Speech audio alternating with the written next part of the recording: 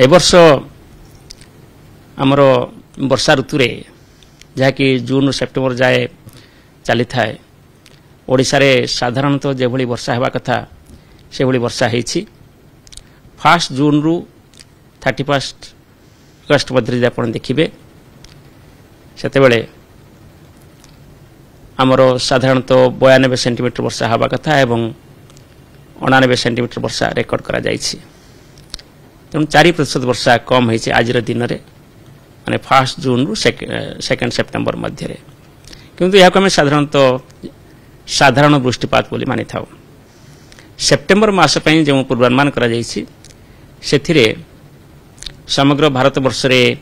साधारण रु अधिक वर्षा होबार संभावना रही किंतु ओडिशा रे साधारण वृष्टिपात होबार संभावना रही। एवं जदि आपण जिला भितर देखिए प्राय अधिकांश जिले में भल वर्षा होइछि एवं किसी जिले में मध्य सामान्य रु कम परिमाण वर्षा रेकर्ड करा जाइछि। आमे जदि प्रथम पूर्वानुमान जारी करथिलु एप्रिल 15 तारिख रे सेतले कहितलु जे ए वर्ष मौसुमी वायु सक्रिय रहिबो एवं भल वर्षा हेबो एवं साधारणतः जति वर्षा होता ताठू अधिक वर्षा हेबो माने एबो नॉर्मल रेनफॉल हेबो बोली पूर्वानुमान करा जाइथिला एवं ताकू मध्य मे मास शेष रे अपडेट करा जाइथिला सही पूर्वानुमान सहित परिमाणात्मक भाव में कहितलु जे यह 106% वर्षा होबार संभावना रही। साधारण जति वर्षा होता है तार 106% अर्थात 6% अधिक वर्षा होबार पूर्वानुमान करा जाइथिला। आज दिन में भारत वर्ष पई 107% वर्षा हेइछि एवं यही जो साधारण वृष्टिपात जो अधिक वृष्टिपात जो वर्ष मान होता है से ही वर्ष मान यह संभव हुए जितेबले अधिक संख्यक लघुचाप क्षेत्र बा अवपात सृष्टि होता बंगोपसागर रे। ए वर्ष मध्य अधिक संख्यार लघुचाप क्षेत्र एवं अवपात सृष्टि होइछि। साधारणतः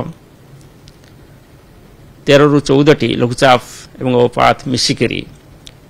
1 जून रु 30 सेप्टेम्बर मध्य सृष्टि होता भारत एवं निकटस्थ बंगोपसागर अरब सागर रे। ए वर्ष प्रायतः 16टी एभली लघुचाप क्षेत्र सृष्टि हबार संभावना अच्छी। एपर्यंत जब आप देखिए जून जुलाई अगस्त जी लघुचाप क्षेत्र सृष्टि होइछि ताहा साधारण ठारू अधिक संख्यार सृष्टि होइछि। एई लघुचाप क्षेत्र गुड़िक होछि माने रेन बियरिंग सिस्टम माने लघुचाप क्षेत्र हेबा माने अधिक वर्षा हेबो एवं लघुचाप क्षेत्र केन्द्रबिंदु जोंटी थाए ताहार दक्षिण पश्चिम दिगरे जो क्षेत्र रही सेठार अधिक वर्षा होता है एवं साधारणतः लघुचाप क्षेत्र गुड़िक उत्तर ओडिशा नहीं तो पश्चिमबंग देकी उपकूल अतिक्रम करिथांती जद्वारा कि प्राय ओडिशार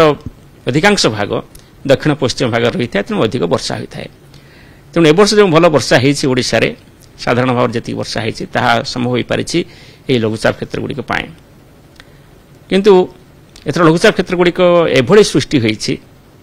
ता मध्यरु किछि बांग्लादेश गैंजेटिक वेस्ट बेंगाल झारखंड की गति करिछि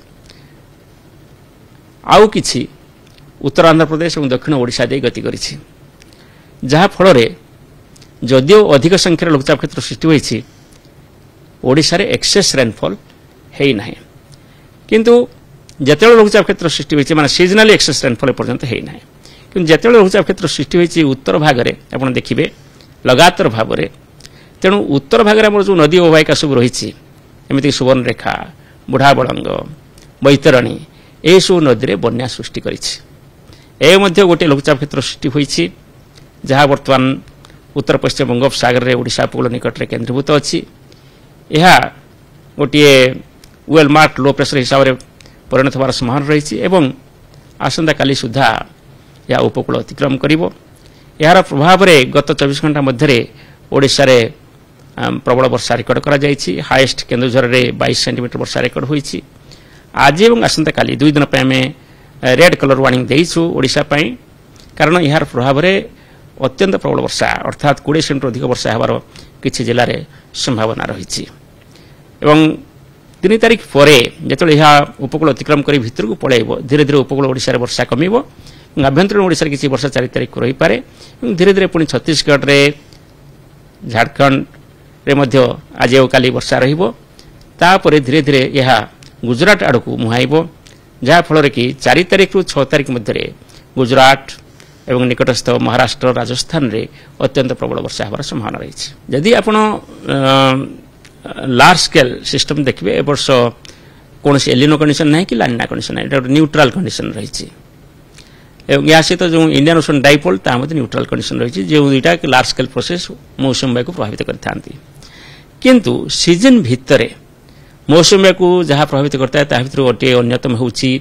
मेडन जुलियन ऑसिलेशन या गोटे विश्ववृत्त निकट रे आपणर ये गोटे ऑसिलेशन सृष्टि होता है विंड रे एवं क्लाउड रे एवं जहाँ फल रे कि समय समय क्लाउड बढ़े मेघखंड बढ़े एवं समय समय मेघखंड कमी जाए तेणु ए वर्ष आप देखिए यहाँ गोटे 15 दिन